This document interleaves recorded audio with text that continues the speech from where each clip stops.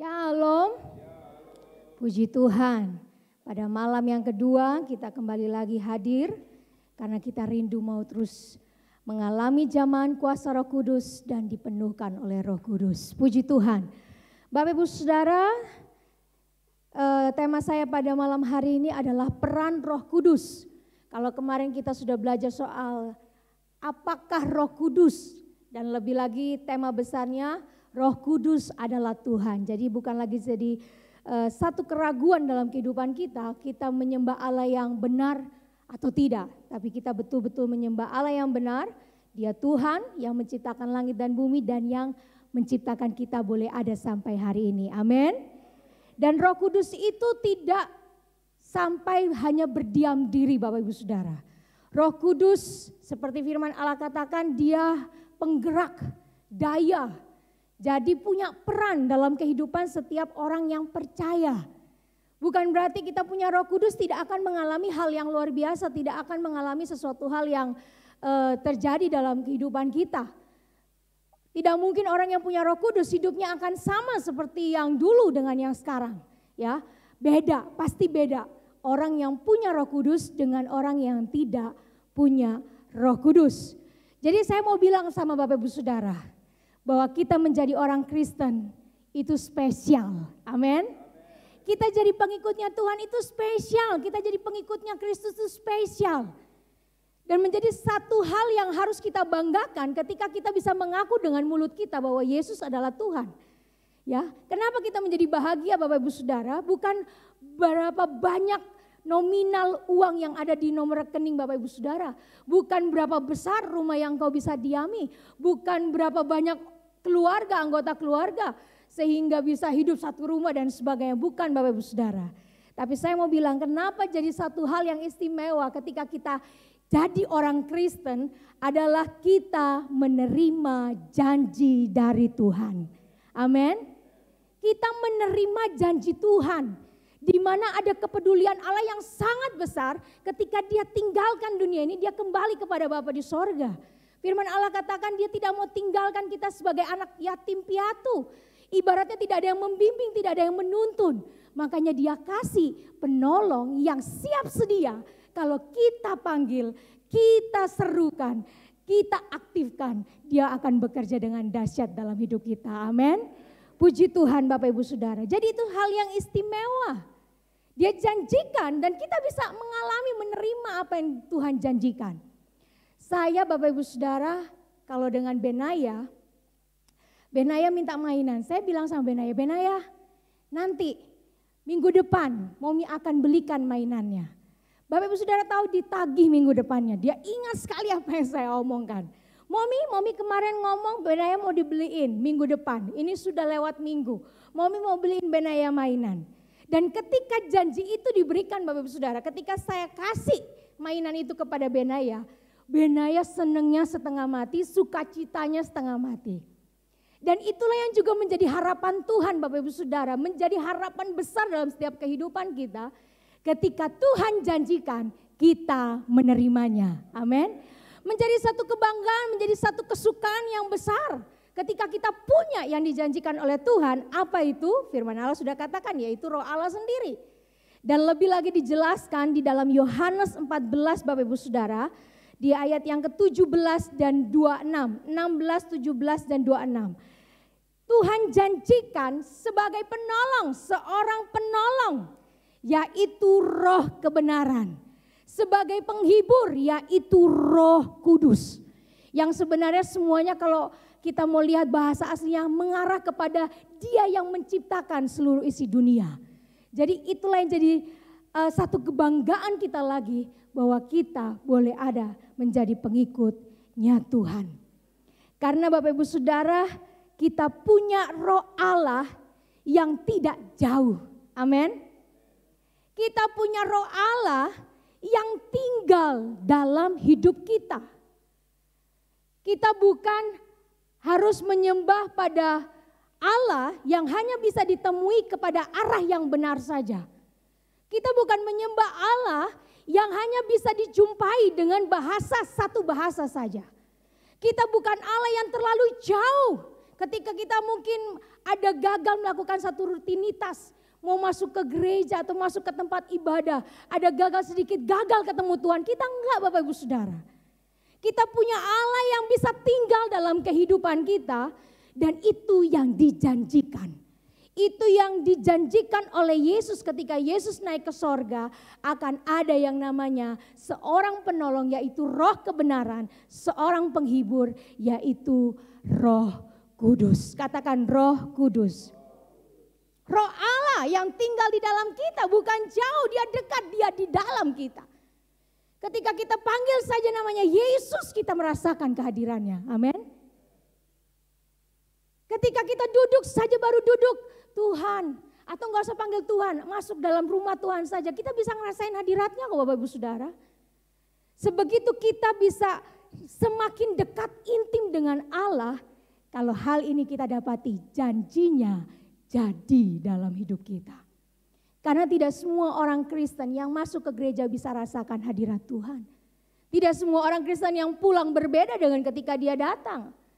Karakternya sama, perbuatannya sama dan sebagainya Bapak Ibu Saudara. Hidup di dalam keterikatan dosa.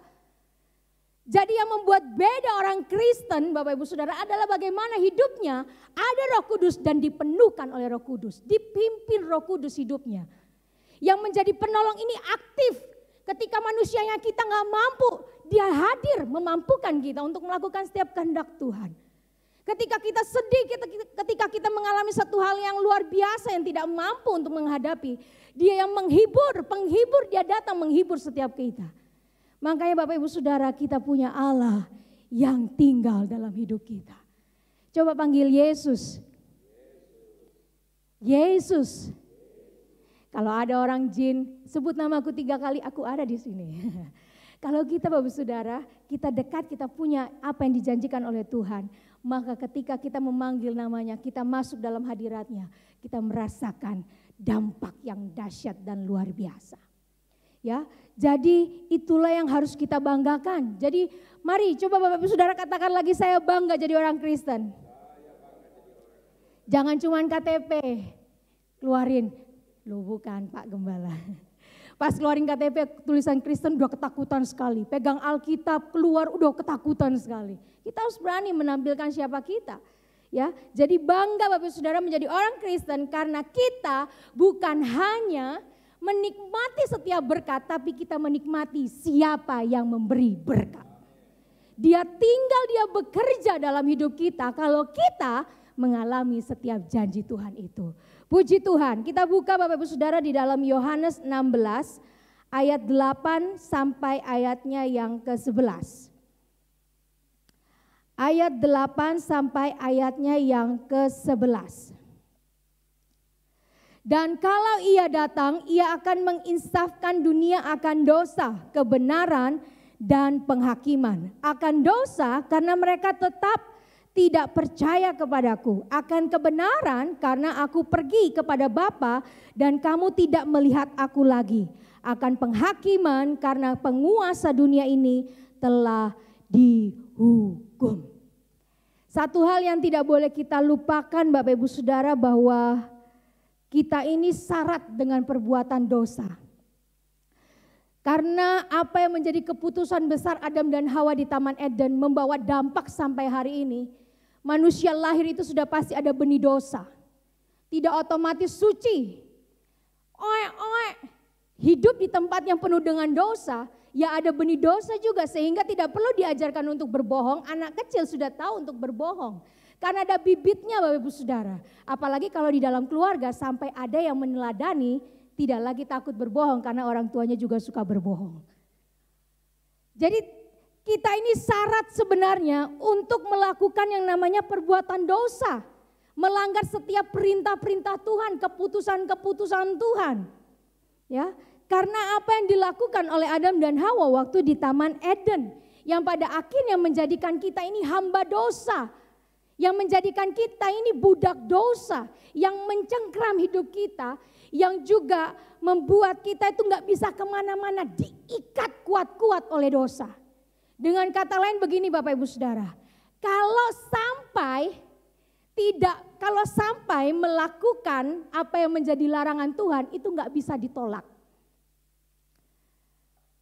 Jadi dengan kata lain nggak bisa nolak apa yang Tuhan larang.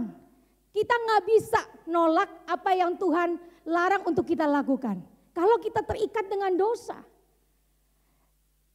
Kita nggak bisa nolak, jangan, enggak. Karena pada dasarnya sebenarnya kita ini ya karena akibat dari apa yang Adam Hawa lakukan, benih dosa itu tertanam betul. Kalau waktu Adam dan Hawa itu godaan iblis, dosa itu ya mau melanggar, dosa ini melanggar perintah Tuhan Bapak Saudara. Itu hanya dari godaan iblis saja. Tapi ketika akhirnya Adam dan Hawa mengambil keputusan untuk makan, dosa itu bukan cuma lahir dari iblis tapi sudah juga lahir dari hati manusia. Segitu jahatnya, firman Allah juga katakan yang jahat itu timbul di dalam hati kita. Jadi kadang kalau ada orang bilang ini gara-gara setan, setan goda, tapi semua keputusan kita. Kita mau terus lakukan atau tidak. Tapi kalau orang sudah terjerat dengan dosa, sudah diikat dengan dosa, dia tidak bisa bilang tidak dengan dosa. Dia tidak bisa menolak dengan apa yang Tuhan larang. Bahkan dia bisa tolak apa yang menjadi kesukaan Tuhan. Dia bisa berkata tidak untuk apa yang Tuhan perintahkan. Karena orang terikat dengan dosa. Ya, jadi Bapak Ibu Saudara, kita sadar akan hal ini, akan apa yang terjadi dalam kehidupan kita. Tapi pada akhirnya Bapak Ibu Saudara, itu yang membuat kita jauh sebenarnya. Sebelum kita mengalami apa yang terjadi hari-hari ini ya. Jauh dari Tuhan. Jauh sekali. Rasanya kosong hati ini gak ada yang mengisi. Jauh. Seperti tidak mengenal siapa yang menciptakan saya. Sampai-sampai ada yang kita tahu orang tidak mengenal Tuhan. Ada orang yang percaya Tuhan tapi lebih percaya dengan kemanusiaannya. Ada orang yang tidak percaya Tuhan, tidak percaya dengan apapun. Ada orang yang percaya dengan ilmu pengetahuan Bapak Ibu Saudara. Bagaimana hal ini bisa terjadi Bapak Ibu Saudara? Karena ya ini dosa. Semakin merajalela menguasai hati pikiran manusia. Makin jauh dan Tuhan sampai pada akhirnya tidak mengenal siapa Tuhan yang sudah menciptakan dia. Ini yang parahnya Bapak Ibu Saudara. Tapi kalau sampai hari ini Bapak Ibu Saudara ada, semua karena Tuhan. Kalau sampai ada niat di hati, aku kok pengen ketemu Tuhan. Aku kok pengen berdoa. Aku kok pengen dibaptis. Saya mau katakan Bapak Saudara itu pekerjaan Roh Kudus. Itu yang Tuhan janjikan bagi setiap orang. Yang dulu tidak bisa melihat kemuliaan Tuhan. Tapi karena pekerjaan Roh Kudus, kita dilayakkan untuk melihat kemuliaan Tuhan. Sebenarnya kita jauh. Tapi karena Roh Kudus, dia dekat, dia tinggal dalam kehidupan kita. Dia mengajar apa yang harus kita lakukan. Tuhan yang jauh jadi Tuhan yang sangat dekat. Jadi itu Bapak Ibu Saudara yang menjadi satu kebanggaan dalam kehidupan kita. Siapa kita dulu? Coba renungkan Bapak Ibu Saudara hari-hari ini. Bagaimana engkau momen-momen ditangkap sama Tuhan. Bagaimana momen-momen waktu, hari atau apapun tanggal yang engkau tahu, kenal. Bagaimana Tuhan itu bisa rangkul saya setengah mati. Bagaimana Tuhan angkat saya. Saya mau katakan Bapak Ibu Saudara gak lihat tangan itu. Tapi Roh Kudus yang bekerja. Roh Kudus yang membuat engkau merasakan betapa Bapa yang penuh kasih sedang memegang tanganmu. Roh Kudus yang bantu engkau untuk melihat perbuatan Tuhan yang besar terjadi dalam kehidupan Bapak Ibu Saudara. Roh Kuduslah yang memampukan hal itu. Sehingga pada akhirnya kita boleh ada sampai hari ini. Kita mau katakan Roh Kudus, Roh Allah sendiri yang dijanjikan Tuhan. Yang tinggal hari ini dalam kehidupan saya yang dulu. Boleh ada hari ini semua karena pekerjaan Roh Kudus. Menginsafkan kita akan hal-hal yang sebenarnya mungkin kita gak tahu. Banyak orang mungkin yang masih terikat dengan dosa karena mereka gak tahu kebenaran. Makanya Bapak Ibu Saudara firman Allah katakan Roh Kudus itu datang untuk menginsafkan manusia. Menginsafkan ini namanya menyadarkan. Orang kalau sadar itu kayak kaget, oh hari ini Selasa ya, oh udah malam, loh hujan. sampai sadar Bapak Saudara. Orang kalau nggak sadar tuh mungkin udah malam masih, jam berapa ini? Padahal sudah lihat mungkin gelap. Masih siang kah? Atau kayak misalnya saya tadi waktu masuk, selamat pagi, padahal sudah malam. Nggak sadar Bapak Saudara. Kita disadarkan, Roh Kudus bekerja, dia datang bukan hanya berdiam diri, dia bekerja. Yakin dan percaya itu dalam kehidupan Bapak Ibu Saudara. Hidupmu bukan akan menjadi biasa-biasa, ketika ada Roh Kudus bekerja engkau akan jadi luar biasa.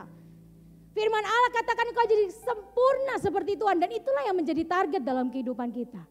Dia mengajarkan, dia menyadarkan, membuat kita mengerti yang benar. Menginsafkan ini artinya.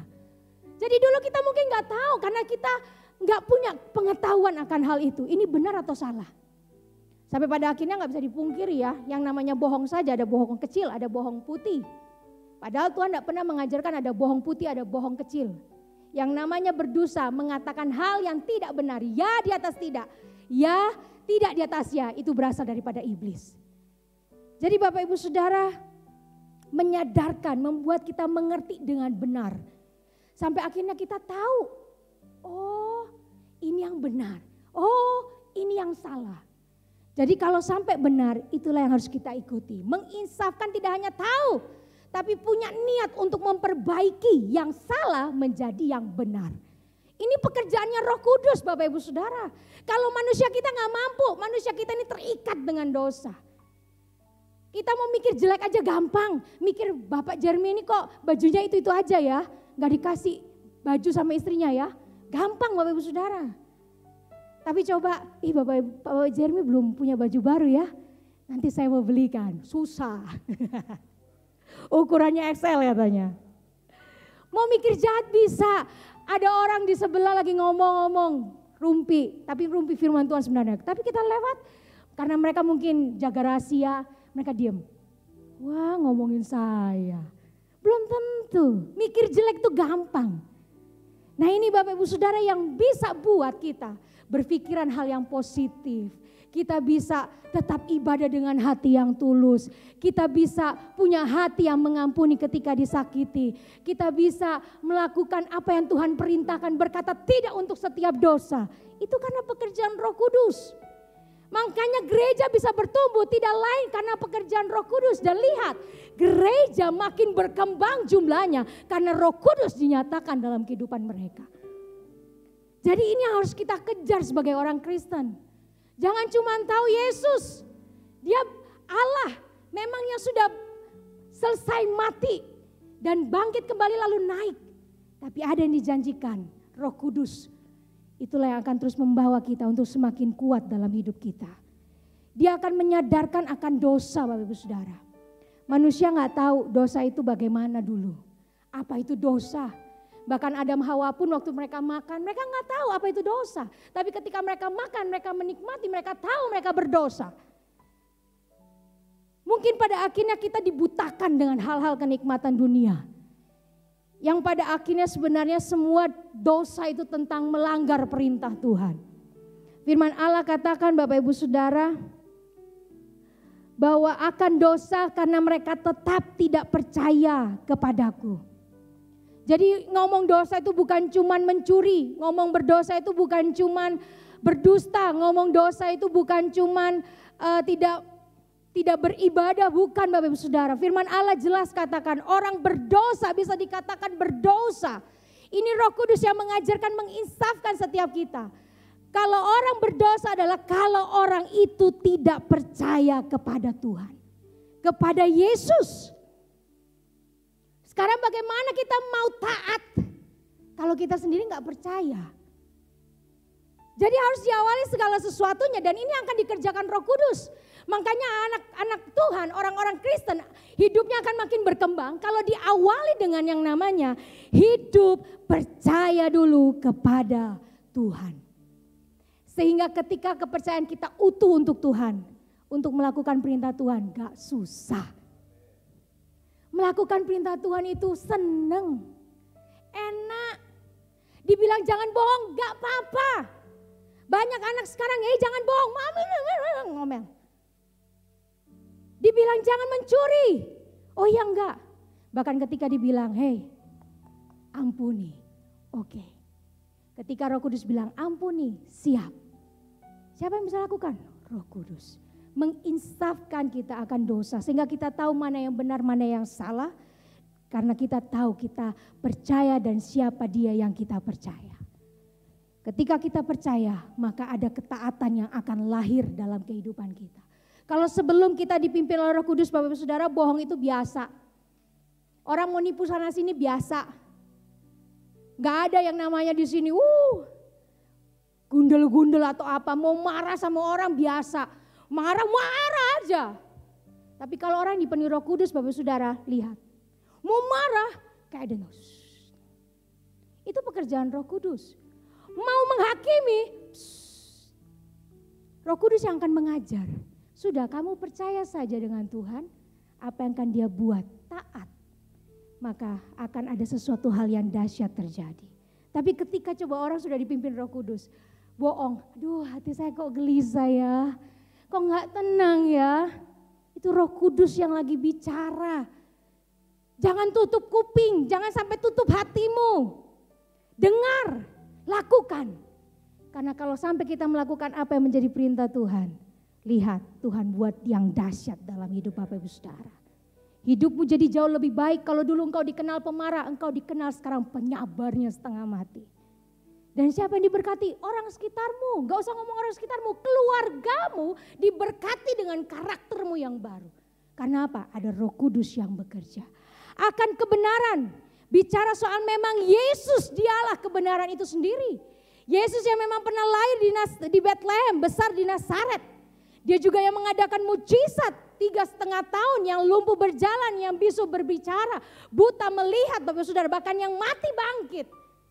Dan dia juga yang disalibkan, mati, bangkit, dan naik ke sorga. Memang dialah itu kebenaran. Di saat orang Farisi sendiri, orang yang menunggu Mesias yang dijanjikan. Sebagai penghibur mereka, Mesias mana mau datang? Raja yang akan memerintah bangsa Israel. Mereka nantikan, tapi pada akhirnya ketika sudah datang mereka tidak kenal Bapak Ibu Saudara. Nah ini yang menjadi satu hal yang miris sebenarnya. Ya, tapi Yesus mau nyatakan ketika dia naik ke sorga, akulah kebenaran itu. Akulah kebenaran itu, sehingga Bapak Ibu Saudara juga tahu ketika Yesus sedang pergi kemana-mana selalu seperti mempermalukan orang-orang Farisi. Orang Farisi seakan-akan ingin menjatuhkan Yesus tapi dengan pertanyaan yang dibalik. Orang Farisi yang justru jadi malu. Mereka jadi undur karena mereka takut dengan orang yang lebih banyak percaya kepada Yesus. Banyak orang yang pada akhirnya sadar bertobat dengan apa yang menjadi dosa mereka. Karena mereka melihat kebenaran itu Bapak Ibu Saudara. Bagaimana kita mau bisa hidup tanpa kebenaran kalau kita sendiri tidak punya role. Yaitu kebenaran itu sendiri. Yang Yesus lakukan di bumi ini sedang menyatakan siapa dirinya, yaitu kebenaran itu sendiri. Bagaimana dia mengajar, dia menerima orang yang berdosa sekalipun. Mengajarkan soal kasih, kembali lagi kepada Bapa. Dan lebih lagi pada akhirnya kalau Yesus naik ke sorga tidak lagi mereka lihat. Roh Kudus yang sekarang bekerja memperlihatkan, mengajar kita soal kebenaran. Soal Yesus itu sendiri. Jadi kalau kita sampai pada akhirnya punya teladan hidup kebenaran itu Yesus itu sendiri. Saya percaya Bapak Saudara bisa jadi orang benar. Percaya nggak bisa jadi orang benar? Bisa loh. Karena kita memodeling Tuhan itu, Yesus nggak marah, kita juga nggak marah. Tapi mungkin ada skalanya kita jatuh, tapi itu bangkit lagi. Karena Roh Kudus yang bekerja. Jadi Bapak Ibu Saudara mari sepatutnya lah hanya Yesus yang menjadi kebenaran itu yang kita teladani. Dan Roh Kuduslah yang mengajarkan soal itu ketika Yesus tidak ada lagi di bumi ini. Akan penghakiman menyadarkan kita, memberi pengajaran lagi kepada kita. Roh Kudus punya pekerjaan ini. Bahwa akan ada pengadilan terakhir yang akan terjadi. Jadi jangan hanya menyiapkan apa yang akan terjadi hari ini, siapkan sampai masa depanmu. Apa itu? Kekekalan. Mungkin orang bilang cuma masa depan itu 1-2 tahun kemudian. Saya mau bilang kalau kita ini orang Kristen, apalagi setiap orang yang ada, orang yang hidup, masa depannya itu adalah yang ada di kekekalan. Kau mau ada di mana, surga atau neraka? Yang harus kita ketahui, kita sadari akan ada penghakiman. Satu kali kita mati, lalu akan dihakimi pada akhirnya Bapak Ibu Saudara. Dan sudah siapkah kita ketika kita akan dihakimi oleh Tuhan? Roh Kudus yang akan bantu supaya kita siap. Jadi Bapak Ibu Saudara, Roh Kudus menginsafkan perannya yang pertama dari yang 9 nanti Bapak Ibu Saudara. Yang pertama kita belajar soal Roh Kudus. Dia punya peran adalah menginsafkan kita. Jadi kalau ada Roh Kudus masih bisa buat dosa, tolong cek lagi. Kalau sampai ada bilang, oh saya datang ke gereja rajin, tapi mulut ini gak pernah berhenti maki orang dengan binatang. Tolong cek diri. Karena orang yang berdosa tidak bisa bohong dengan dirinya. Dan orang yang benar juga gak bisa bohong dengan dirinya. Mungkin satu kali kita bisa munafik, tapi sampai kapan? Tapi orang yang benar satu kali waktu akan terus jadi berkat bagi kemuliaan nama Tuhan. Sekalipun sakit proses yang harus dihadapi. Tapi di sini janji Tuhan, Dia penghibur, Dia penolong. Apa yang jadi susahmu? Apa yang jadi kekalutanmu? Hatimu, engkau susah ngontrol hatimu, ada Roh Kudus. Panggil Dia, aktifkan Dia. Biarkan dayanya bekerja penuh dalam kehidupan kita.